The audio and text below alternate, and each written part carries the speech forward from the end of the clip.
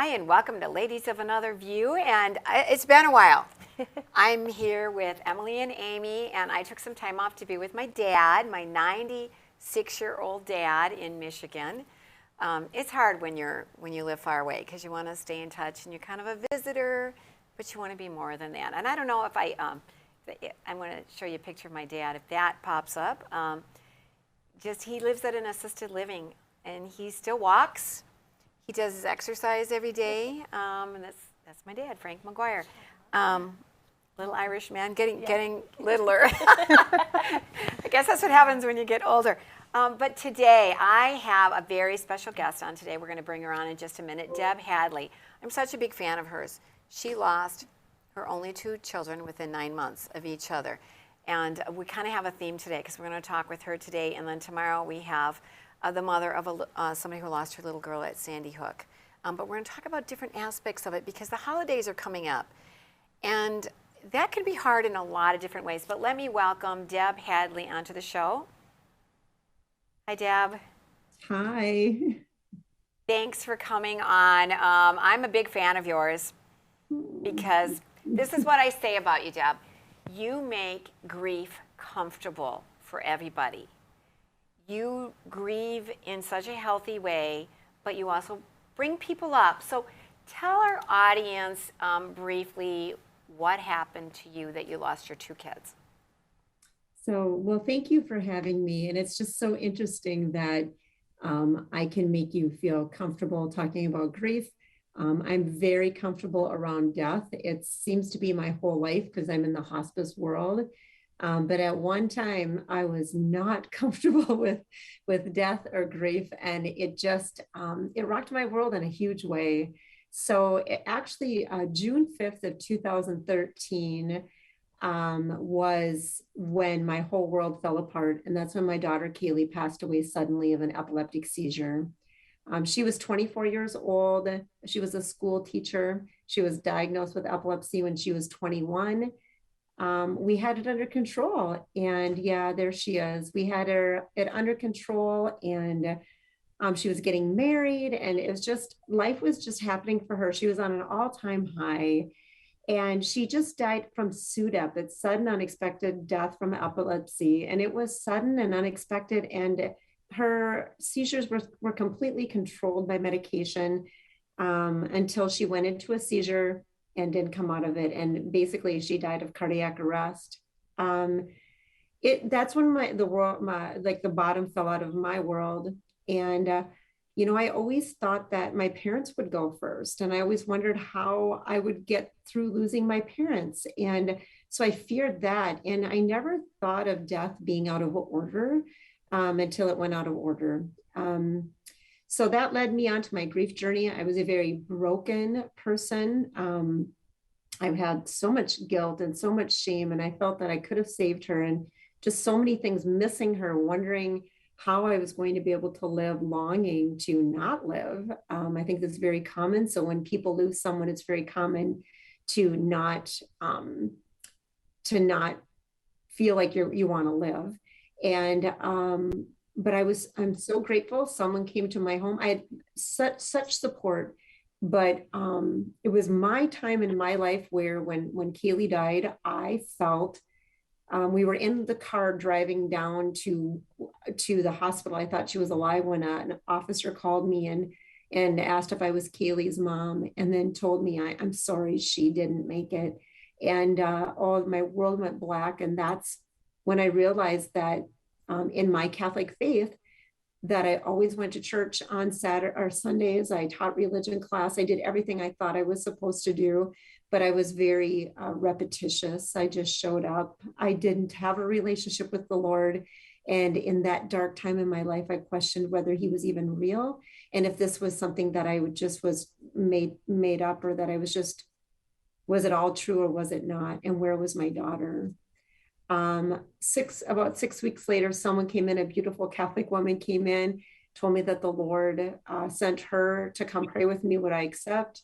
And I absolutely. And I thought she was going to give me an Our Father and a Hail Mary, which are beautiful and I embrace, but she didn't. She wrapped her arms around me and she prayed the most intense prayer. And I literally felt the Holy Spirit jump within me. Like I felt pain moving out of me, because the physical pain of grief is one thing I never dreamed it could be so hard.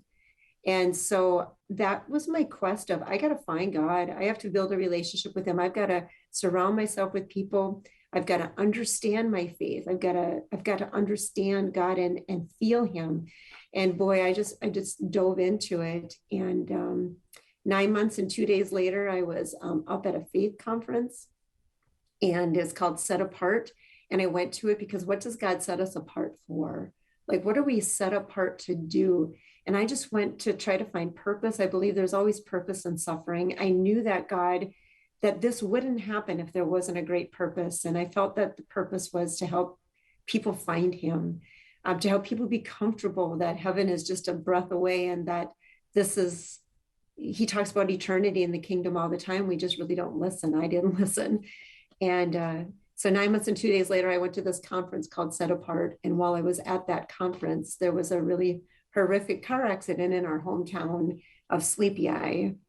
And I had an awful feeling. And you know how as a mom, you hear sirens, or you just want to call your kids, you want to make sure they're okay. And I had text Tyler and I didn't hear from him. I called him and I didn't hear from him. And I just knew that something wasn't right. And I called the police department myself, in Sleepy Eye Police Department where we were living. And I just said, this is Deb Hadley, and I need you to tell me my son Tyler wasn't in the car. And they told me, oh, the poor man on the other side of the phone, he's like, we're on our way to your house. And I said, well, I'm not there. And I just said, I need to know if he's in a helicopter and he has a fighting chance, or if he's already gone. And he just said, I'm sorry, he's gone. And 3 other boys died too. And my heart just went out for the other boys and their families. And I remember falling to the ground, and I was like, I can't do it. I can't do it. I can't do it. I can't, like, just take me now. And it was just a different experience, because I felt the Lord. I felt him pick me up. I felt him like, I need you now more than ever. There's so many hurting people, and trust me and focus on me and not the storm. And it's been a painful, so she was 8 years in June, and then so he will be 8 years coming up this March. It's been the most horrific, hard, beautiful, rewarding, amazing journey that I could ever be on. And I just chose to trust the Lord, even when I didn't like him, even when I didn't like it, even when I was angry, I just chose to trust him. So, and that's where I am. And that's where I am today, is helping people work through their grief. And I want to point out that you are a bereavement counselor. So you can speak to people, you understand their pain. And so they're going to hear what you have to say. You know how to pray with them, you know how to comfort them. And you have a website, debhadley.com, where you have a book that you wrote, a God Boost, Morning God Boost, with prayers. You have merchandise, you have things, stories, ways to comfort people, pictures of your family. We have a lot of questions. We want to get into the holidays, but we have other questions too. Yeah, before we jump into the holidays, Deb, you had talked about the stages of some of the grief.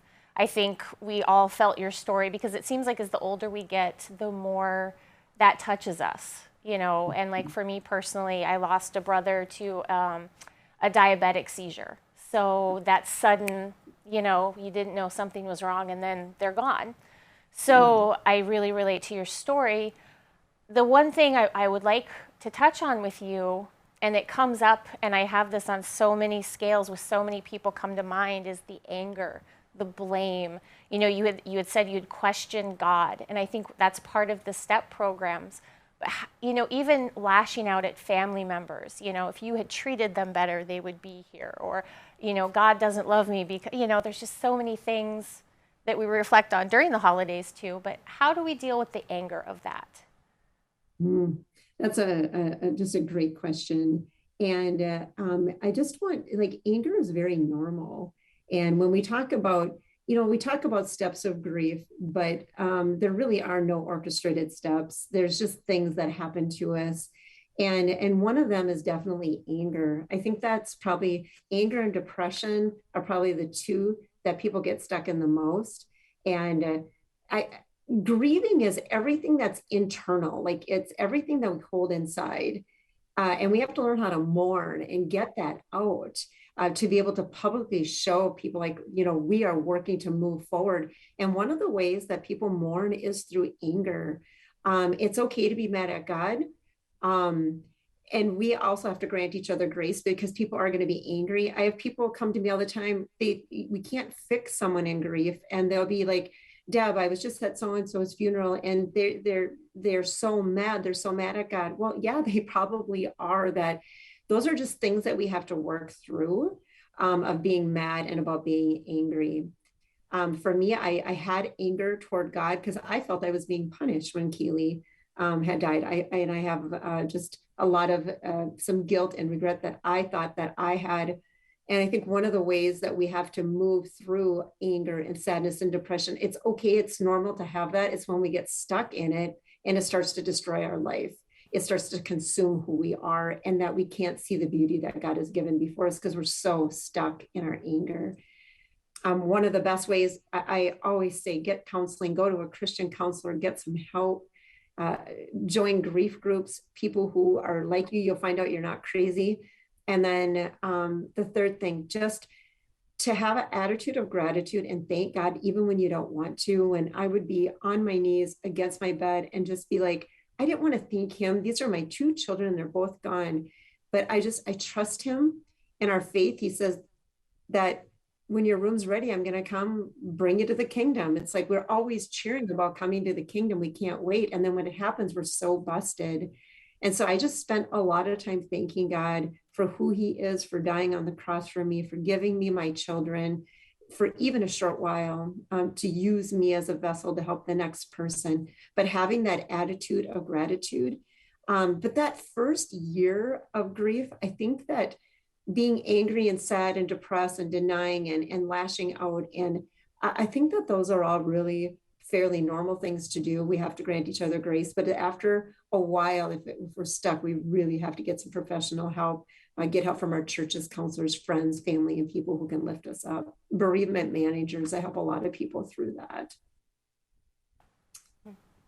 That kind of tying into that and going into the holidays, how do you talk to people who they've experienced death and, a family member, they talk to you at the holidays and you're like, well, you don't know what it's like. What's a good way to bridge that gap between people who don't know what it's like and people who have lived that? Yeah, that's a great question. And because we don't, and I don't know what it's like for anyone else to lose a child or lose a loved one other than my own journey. And so I think some things that are really important for the holiday season is to remember that everybody grieves very differently. I'm an open book griever. You're going to know what I feel, what I'm thinking, what I'm doing. I'm going to tell you, but there's other people that they don't want to draw attention. I think pretty much universal in most ways is that people just want to make sure that their loved one is not forgotten. That's one of the scariest things, is just please don't forget them. And so to even say their name, to even talk about it. I remember Kaylee had died in June, and then our first Christmas, it's like, let's not pretend that this didn't happen. Let's just it's just another day. It's just another holiday. No, this is really, really tough for us. So to acknowledge it. And sometimes people think, well, I don't want to talk about it because I don't want to make them cry.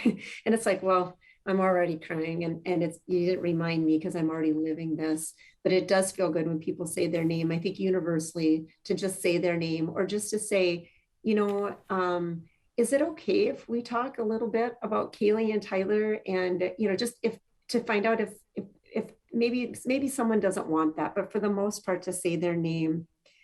I think it's also to do special things too, maybe even light a candle. Like, we're going to light a candle this year, light one for Kaylee and Tyler and my father-in-law who passed away. My daughter-in-law's dad passed away. Let's light a candle. And if they're coming, maybe you light a candle for them and say, this is this is a candle because we know they're here and they're alive and well.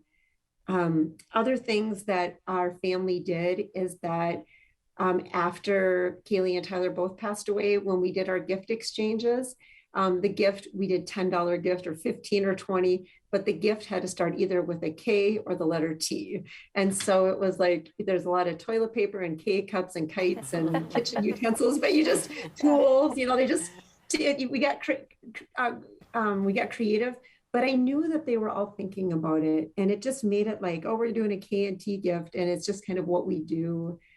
My first Christmas after losing Kaylee, I got a helium tank from one of Walmart, Target, one of those stores, and it came with balloons, and I blew up balloons and tied strings and had markers, and everyone wrote messages to their loved ones, and not just to Kaylee and Tyler, but my sister-in-laws have all lost their dads. Some have lost their moms. My nieces and nephews have lost friends and cousins. And so we just all wrote messages to heaven, and we played a song, and we went outside and we just let the balloons go to just acknowledge that, we are grieving together. Another thing that my family did was that Kaylee, when she was living in Sherburne, Minnesota, and she had this little Christmas tree. Oh, yeah. She had this little Christmas tree, and she would just, when the Christmas season was over, she'd stick it in the closet, lights and ornaments and all. And I always said, why don't you put that away and make some room? Well, now we just pull Kaylee's tree out, lights and ornaments and all, and we just plug it in and we use that. And the ornaments we put on, we have all of our family members. We buy a birthstone ornament color. So like Kaylee's is red. It says her name, Kaylee, and her birthday. We have that for everyone. And then my grandsons or who's ever with us, we hang the ornaments at our Christmas time together, and to just create new traditions and bring our loved ones with us. I mean, it's not, you don't have a season and like they're in heaven and we're here. No, they're with us. They're through the veil. We bring that love with us and we celebrate them with us in the season. That is so helpful. That's so helpful, Deb, because I think we're afraid. You hit the nail on the head. We're afraid to say anything because we don't want to get them upset. And in reality, you want us to say something because these are your loved ones and your children or your mother or father. So thank you, Deb, so much. Now I know that the rest of the audience loves you as much as I do because you just have a real knack